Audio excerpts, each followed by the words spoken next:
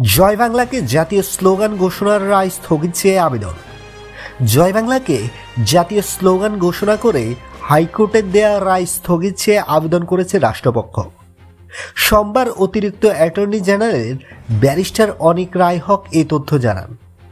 তিনি বলেন, সুপ্রিম কোর্টের আপিল বিভাগে আগামী রোববার বিষয়টি শুনানির জন্য আসবে। 2020 সালের 10 মার্চ জয় বাংলাকে জাতীয় স্লোগান ঘোষণা করে রায় দেন বিচারপতি FRM নাজমুল আহসান ও বিচারপতি KM কামরুল কাদেরের সমন্বয়ে গঠিত হাইকোর্ট বেঞ্চ। বাংলায় দেয়া রায়ের আদেশের অংশে আদালত বলেন, আমরা ঘোষণা করছি যে জয় বাংলা বাংলাদেশের জাতীয় স্লোগান হবে। জয় বাংলাকে জাতীয় স্লোগান হিসেবে ঘোষণা চেয়ে 2017 সালে সুপ্রিম কোর্টের আইনজীবী ডক্টর বশির আহমেদের করা রিটের শুনানি শেষে এই রায় দেন হাইকোর্ট। বন্ধুরা, নিত্য নতুন এক্সক্লুসিভ খবরাখবর সবার আগে পেতে ST নিউজরুম চ্যানেলটি সাবস্ক্রাইব করে পাশে থাকা বেল আইকনটি অন করে দেওয়ার অনুরোধ রইল।